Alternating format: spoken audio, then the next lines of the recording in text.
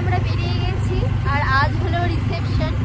ঠিক আছে, তো এখন আমরা হোটে যাচ্ছি আমরা দুজন মিলে। আর দেখো আজ আমি বর খবর হয়েছে আর এই আজকে আমাদের লুক আউটফিট, আমাদের আজকে আউটফিট।